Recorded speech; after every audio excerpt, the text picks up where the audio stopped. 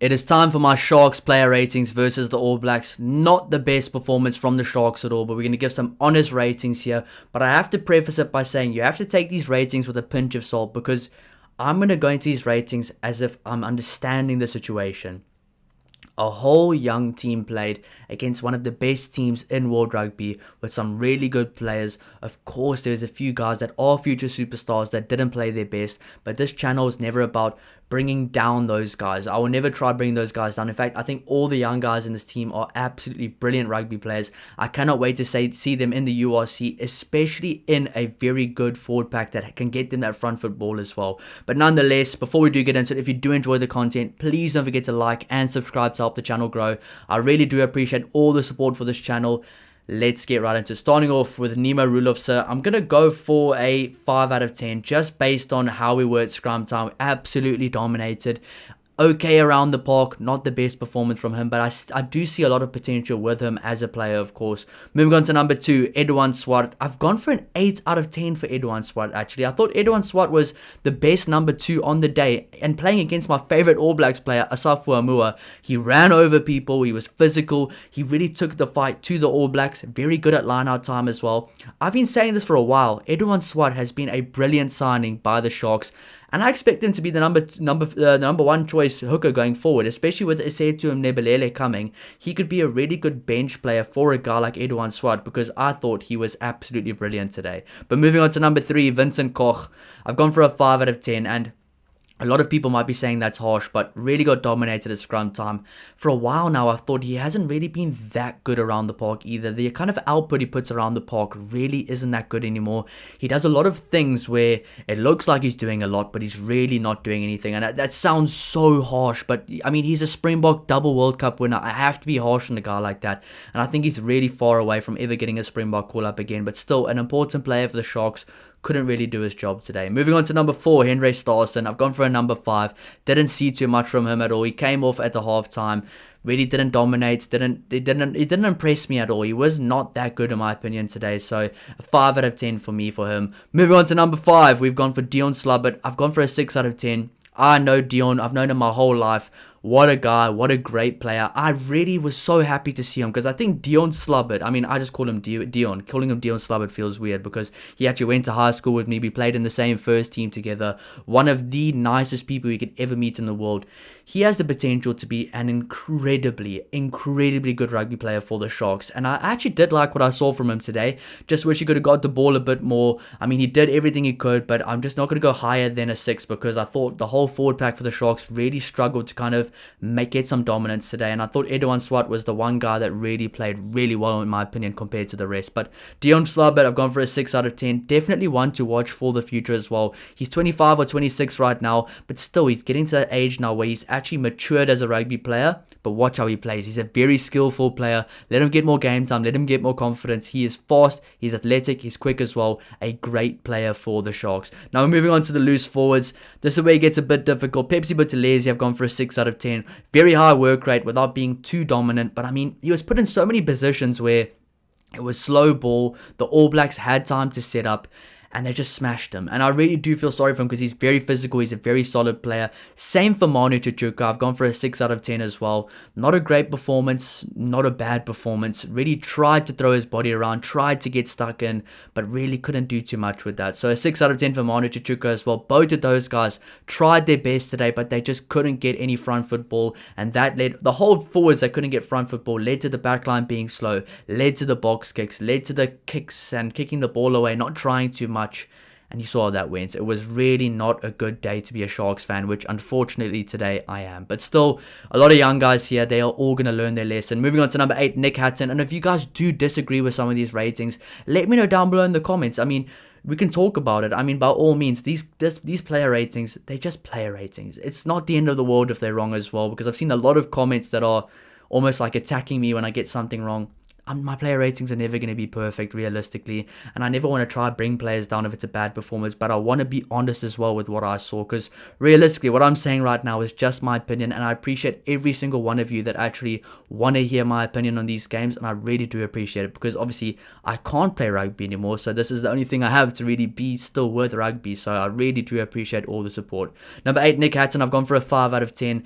Not as good as Pepsi and Manu Chichuka, kind of like Vincent Koch, Nemo Rulofse, and Ray Starson, where they were there, they were trying, they just couldn't get anything to go their way. Move on to Bradley Davids, number 9. I'm going to have to go for a 6 out of 10. A lot of people will say, oh, you have to go for a lower score. He was dreadful. That's not the case. The position he was put in today was a horrible, horrific position by the forward pack, by the rest of the team. What more do you expect from a scrum-half to do? What more do you expect from a scrum-half? He can't do anything. He's not getting front foot ball. He has to slow the ball down, and his box kicks were pretty spot on today as well. So a 6 out of 10 there for him. Then moving on to Vusi Moyo. I'm actually going for a 7 out of 10 for Vusi, and I'm actually putting these ratings in right now as we're speaking. I just did the match reactions, I just did the All Blacks player ratings, so this video should come out early morning for the South African fans, the Springbok fans, so that the All Blacks fans can maybe still see it as well. But I've gone for a 7 out of 10 for Vusi, really composed, didn't look like the moment was too big for him, good boots as well, a few good moments, but once again, just like Bradley Davids, you can't do anything if you don't have front foot ball, if you don't have pace, if you don't have clean ball at the breakdown, if you're not getting good ball on the front foot, and those conditions made it so tough. Playing with a non-dominant forward pack, a bunch of youngsters against the second best team in the world, I thought he did a good job, so a 7 out of 10 for him. I am going for a 6 out of 10 as well for number 11, Letile Bester. Really decent performance in my opinion. Always works hard, never gives up. I am so excited to see how this guy does at URC level. He's got the tools necessary to be a really good player at that level. I think right now this is like his second or third game at this level for the Sharks. He's getting better with every single game, but there was so much space in the backfield, and he is naturally a 13. He's getting accustomed to being a winger, and I think the All Blacks had really pinned him down in the corner, almost like a 9 and a 10, how they were just thrown in the deep end. I think Letile Bester was really thrown in the deep end as well, but did very well to fight his way out of his corner, and he's a very good player to watch for the future. Would like to see him in the number 13 jersey as well, with Lorenzo Julius at number 12, but of course first want to see Ethan Hooker at number 13. But I want to see a backline with Vusi Moyo, with Lily Bester, with Lorenzo Julius, with Ethan Hooker, with Yaku Williams, and with Zekatelo Siaya as well. So he is a good player, a 6 out of 10 performance from him, and I mean, against the All Blacks, not being able to do much, you're not going to get higher scores than that. Moving on to number 12, Murray Costa. I've gone for a 4 out of 10 for Murray Costa. I thought he was really below par today, and he's a guy, he's one of the senior guys in this team right now, but I don't know why I can't stop seeing him as an under 21 player still. I just see him as one of the younger guys still, even though I think he's 27 or 28 right now. He's literally one of those older guys in the team, but he still, for me, plays like one of these younger guys, and I still feel like the Sharks treat him like he's still one of these younger guys that needs to get more game time, more experience. He played in Japan for a bit, don't get me wrong, he's a good player, but in this game he really got dominated, and I know it's a product of his surroundings as well, so a 4 out of 10 unfortunately. He's got a lot of potential to be a good player though. Moving on to number 13, Lorenzo Julius. I've gone for a 6 out of 10. This is a fair score. He only got the ball a few times, looked really good when he had the ball, but realistically can only give a 7 or more if you actually see that there's substance from it. If you actually see him breaking the line a lot more. He made a few really good half breaks, but nothing came from it. He didn't really get stuck in too much either. I think for Lorenzo Julius, what I want to see going forward is a bit of a higher work rate, because there was a moment in this game where he decided, I need to go get the ball, I need to go work hard, but it needs to be like that from the start, and I've seen this creeping into his game, but he is such a good player every time he gets the ball. It's almost like an Ethan Adams, where last year in high school for him, I thought, oh, he's really not getting stuck in, where this year, Ethan Adams was going, looking for work, searching to get some work done, really high work rate.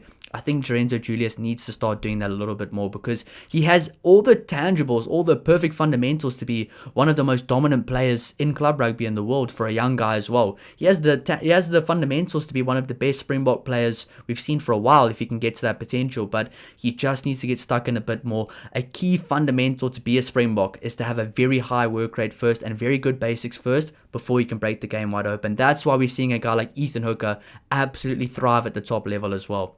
Moving on to number 14, Donovan Don. The first game I've ever seen from Donovan Don in the 15s rugby senior level. He was decent in my opinion. You could see the 7s creeping, and he's got the skill set there. I've gone for a 6 out of 10. Not a bad performance at all from him.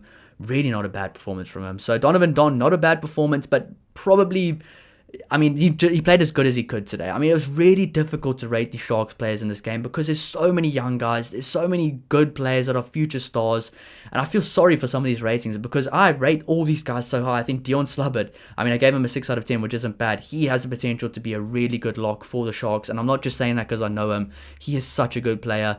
Nick Hatton, not a good game today, has so much potential. Bradley Davids on the front foot could have been a lot better. Vusi Moyo still looked good. Lily Bester, 6 out of 10, but with open space against a different team would have been a different story. Same with Lorenzo Julius as well. Give him more game time, let him get a bit more stuck in, he'll be a lot better. And number 15, Zekatelo Siaya, another guy that went to my high school. I mean, I rate this guy so highly for the Sharks. I really do. I rate him so highly. I think he's going to be a future star. He's only 18 years old, so you have to really think about that. I know there's going to be a lot of comments about his game tonight saying, oh, he was terrible, we got tackled out, he's not ready for this level. That's perfect. It's perfect that he's not ready for this level. It's perfect that he got the opportunity. It's perfect that he made those mistakes. Rather than make those mistakes now, learn from it. I mean, there's literally a coach on the field now that can see from his player's perspective what needs to be worked on in Nanu that can really go and help these guys. 100-cap Centurion for the All Blacks, double World Cup winner. He can help these guys going forward as a really good consultant. So for Zekatelo Siaya, unfortunately, I've gone for a 3 out of 10 because almost every single touch for him today ended in a mistake, ended in a turnover, and I can't not rate that fairly. But that being said, he's not a 3 out of 10 player. He's an 11 out of 10 player. He's got such a bright future, and I said before this game, watch out for him because I do believe in him.